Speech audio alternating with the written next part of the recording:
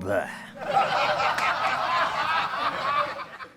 That's also like such an interesting time period because like it's almost 2 years before they reemerge as Danzig, and Mm. so much changes. The Yeah. sound changes, the songs change. Just like everything kind of changes, especially there's like this period where they kind of like don't really have a guitar player and they're still, it's That's just another interesting one. That's another interesting one. I'm sure you've heard that how John Christ got the gig. because of what he was friends with London. Well, his London's parents were friends or knew his parents. And Right. John actually came when John came up from Maryland, he lived with London. Right. And This I knew. he came to a Voice of Doom rehearsal with London. It was me, London, John Christ, and our bass player at the time Huh. in my car on our way to VOD rehearsal. Wow. And John was a total Tony Iommi, with the mustache and Right. curly hair and everything. Yeah. And he Right. was, he wasn't from Baltimore. He was kind of like from the outskirts, so he was kind of rural in a way. Totally cool guy, but just you could tell he just wasn't from around here. Right. Um, and yeah, I mean that was the time where it was like, when John had gotten the gig, and then they started rehearsing. But even prior to that, I remember with Erie, going back to Erie, going over Erie's house, and Erie is in the bathroom mirror putting makeup on, and I'm like, "You going out?" And he's like, "Yeah, we have guitarist auditions tonight in New York," and he was in full Erie Von. Wow. Not just hanging out in his house, with a basketball jersey. He was going. He was putting it on. And then, then that was a short period of time with John in London. And then I don't remember. Oh, John eventually moved in with Chuck and me and Haim's friend Mike. Right. You've heard that story. Well, you guys got to hear the cool version of You and Me. I didn't hear it. I wasn't there Oh, for that. I wasn't there for that. interesting. Yeah, no, Interesting. Haim heard that. I never heard it. So I can't corroborate it with him. That's crazy. I'm sorry, I cut you off. You were getting ready to say something. I basically said it was just that this is a very interesting time, and that in my scholarly studies of all this nerdy shit, that like I find this to be a very interesting sort of period, because when they left, we did a whole episode on this recently, but when they finished that show and they signed with Rubin, they were still kind of Samhain. They were not, they had songs in the can that were going to be for a fourth album. Yeah. And Danzig was toying with that's right. I forgot to include that. Danzig was really toying with the idea of releasing. He's like, well, we're going to be doing the major label thing, but it's taking forever.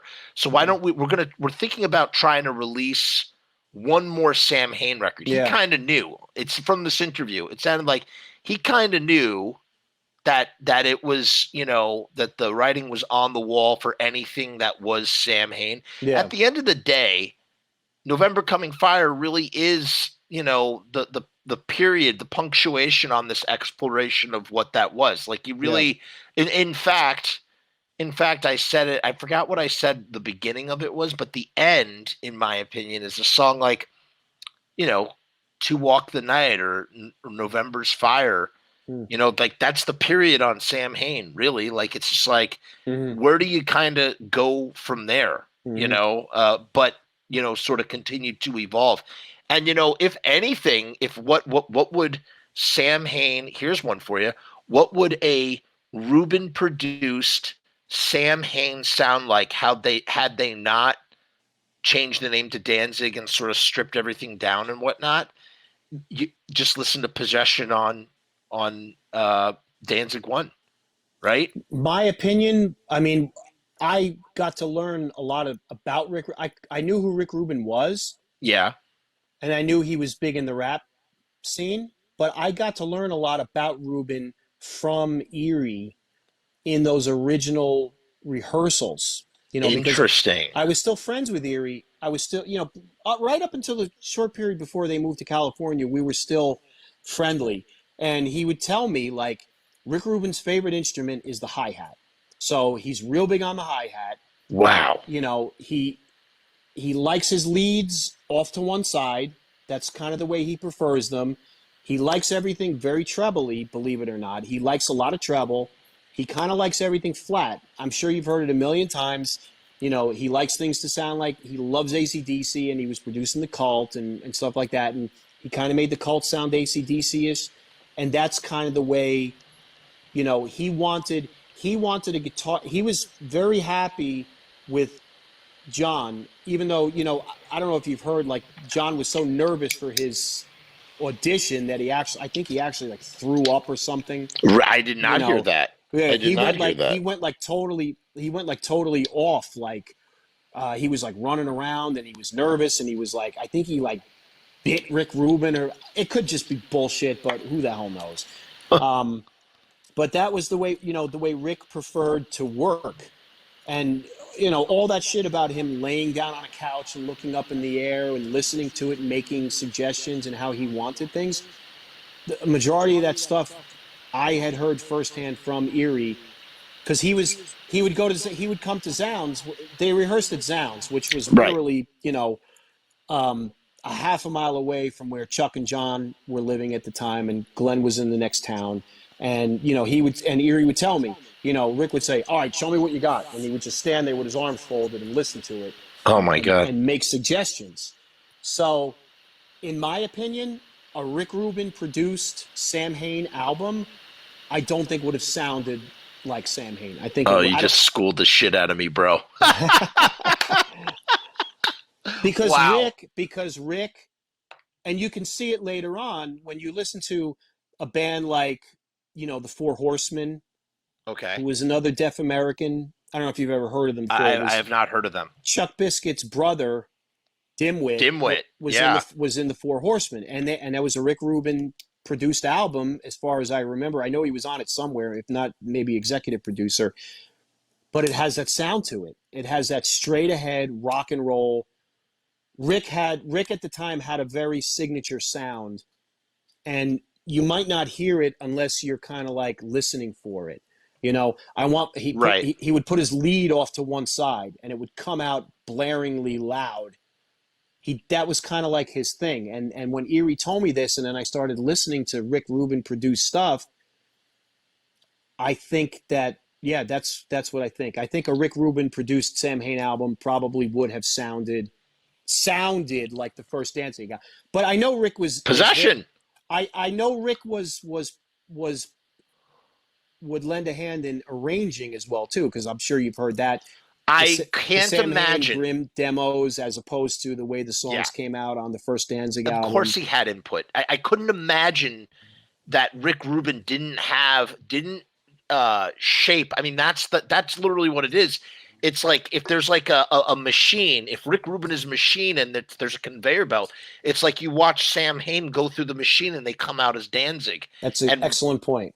right, like you don't know what's going on inside, but that's what you just did through your game of telephone, through the secondhand information via Erie, because you soaked it up. And I'm sure Erie, who knows if Erie remembers even saying all that stuff, but it's like, but that's what's amazing. It's intact because you remembered, Yeah. and now we know. And that's like, that was like, you're blowing my mind with all these little revelations of just like how he came in and he's like, look, let's strip away the old band. And Glenn's like, no, no, no. Erie stays with us. And, Yeah. just like all these different things that we kind of, know from interview stuff, but then like the actual mechanics of how the sound changes. Yeah. Yeah. You're blowing my mind right now. Well, I know that way. I mean, I've known Pete Marshall a long time, Damien. Great guy. Yep. Great I guy. interviewed him on this channel. Great guy. And as a matter of fact, we just recently did some work together. Was recording some new stuff with Electric Frankenstein, and Pete actually came in to That's awesome. rehearse with us on the bass. And Oh, he did. Oh, did he really? yeah, yeah. That's awesome. Oh my God.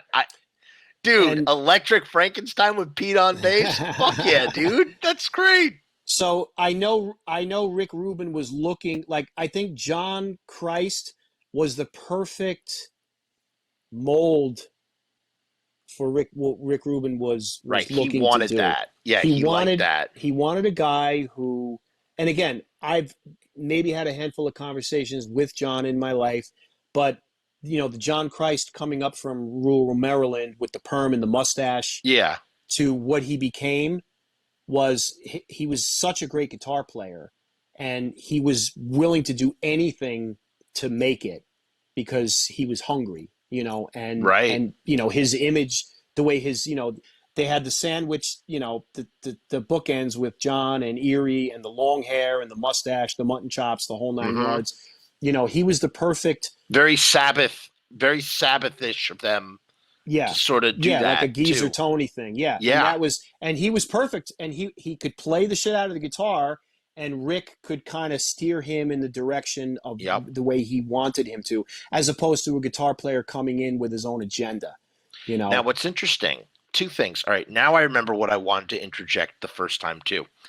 So you're talking about Pete, and I asked Pete. When I was talking to Pete, I had Pete on the show, and he's like, yeah, like when I left Sam Hain, when I was, when I was out, he said it took him 2 years to figure out how to like replay the guitar, you know, normally or whatever Because he you would just call. quit playing. I didn't know that. No, no, not that he quit playing, just that that playing that the guitar Oh, stuff because he had dumbed it down basically for Sam no, no, Hain. not dumbed it down, but that just like because I said, Pete, what makes Sam Hain different from other music? And this is what he said to me. And again, not a musician, everybody. We all know this. Just saying, you're the musician. Actually, maybe you could speak to it or not speak to it. Um, he said that it's not rooted in the blues.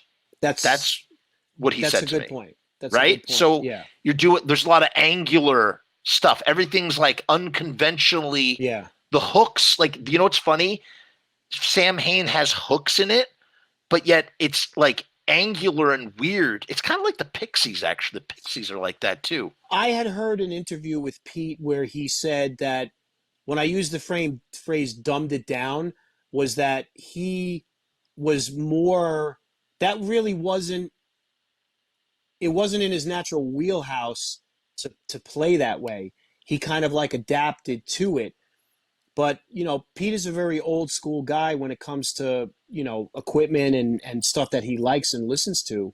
And of Right. course, we know Yeah. we He's a I mean, gearhead. he had a career with Erie with Iggy Iggy. Pop, Yeah. so I remember him saying that he actually had to play. It was less. What's the word I'm looking for? It was less challenging for him to play that kind of stuff What, because Sam Hain? the Sam Hain kind of stuff. Huh. Not maybe not less challenging, but less. Um, it was a challenge for him to adapt to Glenn's style, but it wasn't what he was used to and what he felt comfortable with. Maybe that's a better Maybe that way. all I know is that he was just basically like he said it wasn't rooted in the blues, and he said that Which is it took absolutely correct. yeah, just that it's like such a weird, like what a weird thing to say, because when you think about rock is rooted in the blues. That's what it everything, everything's rooted from the blues. So it's like not, it like doesn't come from that kind of way. And yet at the same time, there are certain Sam Hain songs that I think would definitely, like, you could imagine. I think one time I was imagining Duran Duran doing like synth covers of certain Sam Hain songs, and that it would work. I forgot what episode that was, but we came up with some pretty good ones where it would kind of like, kind of work out, in a way that makes sense. If you could imagine, because I mean, Glenn is using, like, for instance, when Glenn is playing drums on November Coming Fire, that half of the drums that he's playing are not even actually drums. They're like these. It's like a drum machine. Hmm. He's doing drum machine on it. Hmm. And you could definitely hear that on the Final Descent Sam Hain Grimm demos for sure. It's Like, it's funny. just ridiculous. When I if I sit down with a guitar and I'm like, just playing, because every once in a while I'll just do it. I'm sure millions of people do it. Sit down and play along with one of their records. Glenn, he would write in what I would call it. He would write in a box. Yeah. This song is in D, and it's gonna be in this box, and it's gonna all circle around D. And then this one is in C, and it's gonna circle around C, you know, like especially on Walk Among Us, very Huh. very much kind of structured in that way.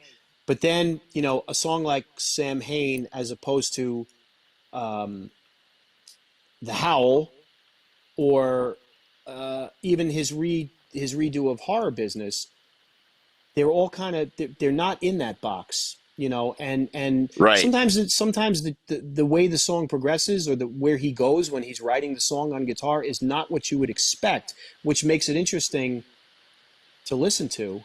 It definitely makes it sound different, but I could see where Pete would say it's not rooted in the blues, because it doesn't have natural progression chord changes. It goes somewhere else where you might not expect it. And Right. but that's what Glenn And was that's, going yeah, it's like, for. I'm gonna do that. That's what I'm going to do, the anti thing of whatever it is. And then Right. Rubin comes in, and Rubin's like, no, no, no, no, no. Yeah, you're Let's. taking it, but we're taking it back to the basics here now. And you know what? Perhaps in fact, what did Pete in? Here's a weird observation to make. Perhaps it's even almost Glenn's fault what did Pete in, because Rubin's watching them on the stage at the show that you're at, and he's going, this guitar and this guitar playing, this isn't going to work for what I'm thinking of, like almost that, like, let's start over with someone, like John Christ, because of everything that you just said, technical jargon, whatever. But that's Glenn's design, not Pete's design. But Pete Yeah. still No, becomes the that's true. casualty, That's you true. know? Pete may have fallen into that well, Yeah, for all we know. In hindsight, I mean, we don't know, because he never got that chance. right.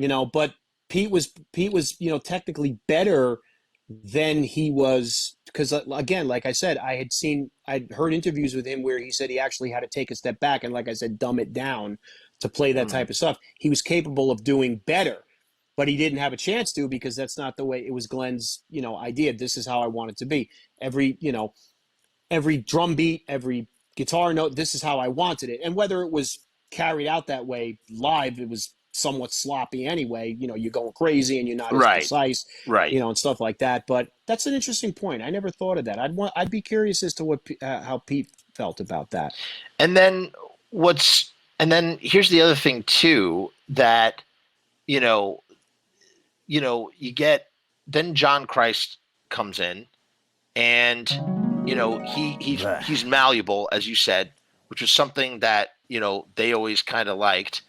And then Rubin falls out of the picture, Yeah, and it's like they're taking that, but they're still building on top of that Rubin template.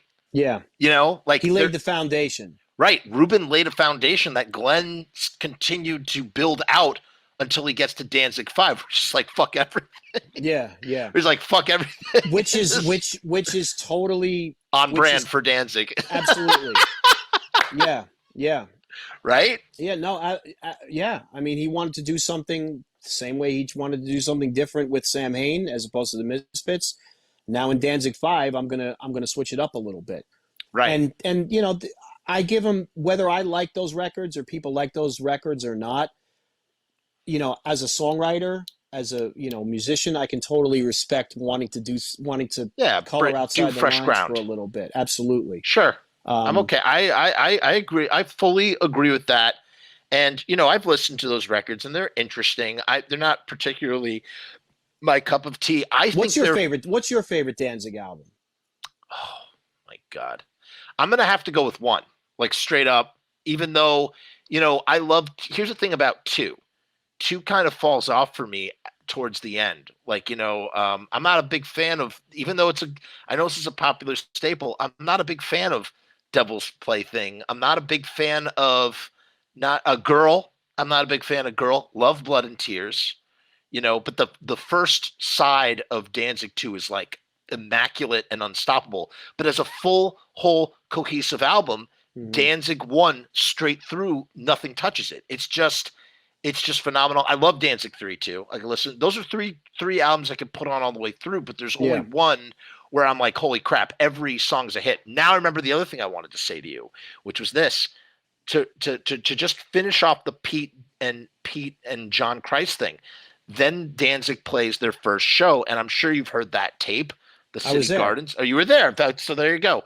So if you should re-listen to a tape of the show if you want to revisit it or whatever. But what's interesting, this is my opinion as a listener to a document, 30. I've heard your take on that. I saw you talked about it Yeah, with Haim yeah. about how he was kind of singing the Danzig songs in a Sam Hain style. But not just that. Yes, yes, 100%. That it's the same principle as Sam Hain in March of '84. They're not quite. The The songs album aren't isn't. finished yet. The No. songs aren't finished yet, and he's Yeah. still singing with that. They're right in the middle of that Rubin makeover. Yeah, Like yeah, he's yeah, yeah, still yeah. singing gutturally. Yeah. And but what the point that I wanted to key on is not what Danzig's doing, but that John Christ. And again, God bless John Christ. I didn't even think of that. God bless John Christ. God bless John Christ, man. Like, I love John Christ as a guitar player, but he is not doing those Sam Hain songs as well as Damien. No, that's it's That's my funny. point. It's you know what? It's funny that you bring that up because I was there, so Right. I rem I remember I remember because the album wasn't written yet, so they didn't have a lot of material. They So did a lot of Sam Hain they did a songs. lot of Sam Hain songs, and Yeah. as much of a great band as Chuck and John were, I prefer those songs played by the Sam Hain. It didn't.